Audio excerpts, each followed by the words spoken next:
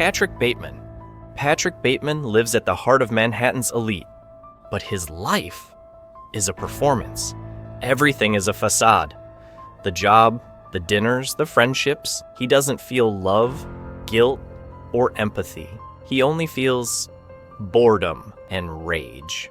Have you ever met someone who seemed a little too perfect? A rehearsed smile, a tailored suit, a business card that shines like a work of art. But behind all that is a bottomless void. A man with an insatiable thirst for blood. In American Psycho, Patrick Bateman lives a life that looks ideal. He works out, memorizes social etiquette, and talks about pop music like he actually has feelings. But he doesn't. He's just pretending. And when he gets tired of pretending, he kills. But no one notices. Because everyone around him is just like him. Egotistical, narcissistic, trapped in a bubble of superficiality where no one truly sees anyone else. No one truly cares. So here's the question. What's scarier? The fact that Patrick Bateman is a soulless killer, or the fact that he's just one among many? In the end, he's chased by police after killing a coworker out of pure jealousy.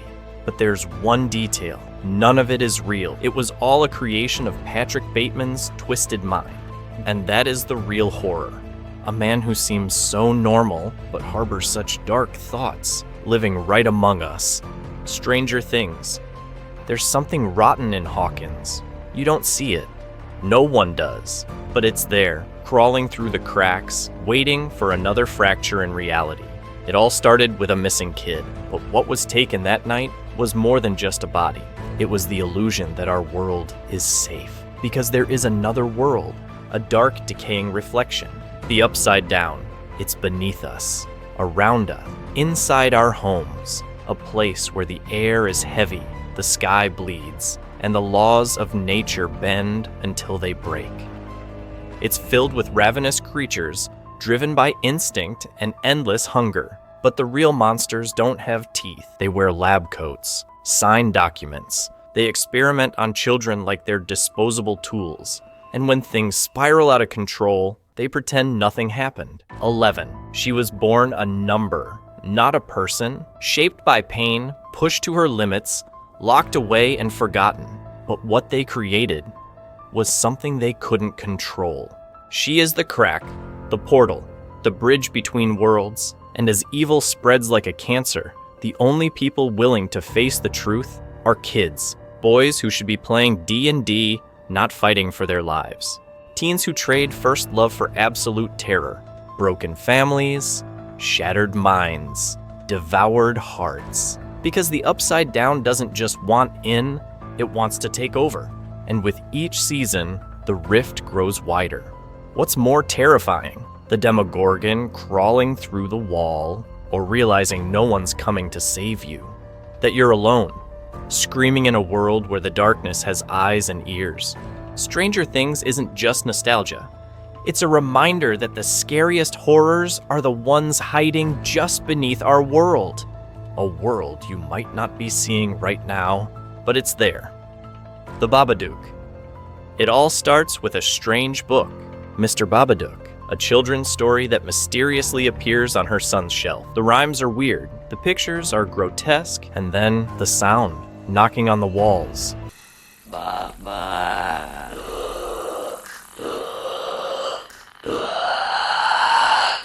The Babaduk isn't just a monster. It doesn't want your body, it wants your mind. And Amelia, the main character, lives this horror. She lost her husband the day her son was born, and that threw her into deep grief. But while mourning, she still has to stay strong for her child. The Babaduk feeds on the pain she hides, the rage she won't admit. It grows every time she says, "I'm fine," when she clearly isn't. Amelia starts to lose control.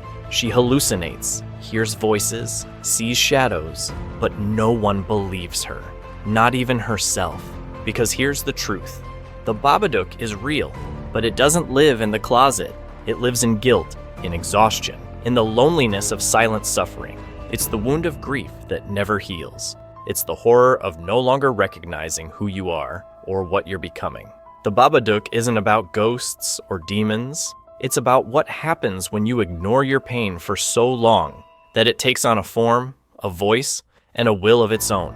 It's a story about mental health, something that in real life haunts people in silence too. How many around you are fighting battles you can't see? How many exhausted mothers? How many grieving people pretending they're okay? The film shows us that sometimes the real horror is simply continuing to exist when everything inside you has already died. God of War. The God of War universe isn't just about gods and monsters, it's built on tragedy. A place where power corrupts absolutely, even the divine. A world where mythology doesn't inspire, it threatens. Everything here is violent. The Greek gods are vain, cruel, and indifferent to human suffering, and those who dare challenge them pay in blood. Kratos wasn't born a villain. He was pushed into darkness by a system built to destroy, an army that turned men into weapons, a religion used as a tool for domination. The gods are deeply flawed, liars, paranoid, violent. Odin hides secrets. Thor is a ticking time bomb. And all of this unfolds in a cold, melancholic world where even nature seems tired of existing. In this universe, love is dangerous because it gives you something to lose, and pain never heals. Kratos learned that firsthand after being manipulated by the god of war into killing his own family. From that moment on, his life is driven by a single word: revenge. He cuts through everything and everyone in pursuit of it. But when he finally gets it, the emptiness remains, because what he truly wanted, his family and a peaceful life with them, can never be reclaimed. If you look closely, God of War is a deeply grim and macabre universe. A world where powerful gods treat humans as disposable, where even the dead are used as weapons. There is no rest for anyone.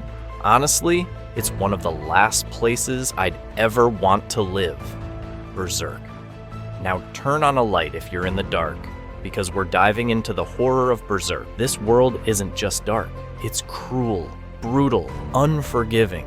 A place where fate seems pre-written and written in blood. Nothing here is gentle. The monsters don't just hide in the shadows. They wear crowns, carry crosses, lead armies. In this universe, pain isn't the exception, it's the rule. And hope? It's a rare, almost non-existent luxury. Guts, the protagonist, is a reflection of this world. A man scarred from birth, thrown into war before he could even live. He's not a hero in the traditional sense. He's a survivor, driven by rage, trauma, and losses no soul should endure. Berserk is full of violence, betrayal, and terror. But what's truly terrifying isn't the demons with glowing red eyes or twisted bodies. It's what humans do to each other. Greed, the obsession with power, the way faith is twisted to justify the slaughter of innocents. And even when Guts finds love, when he finally believes peace is possible, it's all ripped away in the most brutal way. And if you don't know what happened to his partner and friends, I suggest you don't look it up. It kept me up for days. In the end, Berserk isn't just dark fantasy. It's a distorted mirror of reality, a reminder that true evil often doesn't have horns or claws, but a human face, a respected name, a charming speech. And what's most terrifying about this universe is realizing that in many ways, it's not that far from our own. Attack on Titan. The world of Attack on Titan is a prison disguised as home. And let's be honest, if we were dropped into that world, we wouldn't be the main characters. And even if we were, it wouldn't be much comfort, because they suffer more than most. Humans live behind walls, thinking they're safe, when in reality, they're being raised like cattle. They don't know the truth. They don't know the outside world. They believe Titans are the enemy. But the real monster wears a uniform, gives orders, and rewrites history. In this world, hope is a luxury. Children grow up learning to die. Soldiers train just to become food. And every small victory costs dozens of lives. Humanity is at war with something it doesn't understand. Worse yet, it's at war with itself. The brutality of the Titans is horrifying, but what's even scarier is how much humans resemble them, willing to betray, massacre, and wipe out entire populations, all for an idea, or revenge. Eren starts out as a boy with a simple dream, freedom. But the truth breaks him, twists that dream into obsession, and in the end, he becomes what he once hated most. What scares me the most about Attack on Titan is how many people lose their lives in an instant, without even knowing why it all started, like the scene where the colossal titan kicks in the wall, and dozens of families are wiped out. Not even the kids are spared. And honestly, those ordinary people, that would be me and you, suddenly face to face with a 60-meter tall giant, and there's nothing we could do except cry. Now tell me, which of these universes would you never want to live in? And what other fictional worlds do you think are deeply disturbing or dark? Drop your thoughts in the comments, and I'll share mine in the next video. If you enjoyed this content, don't forget to like, and I'll see you in the next one!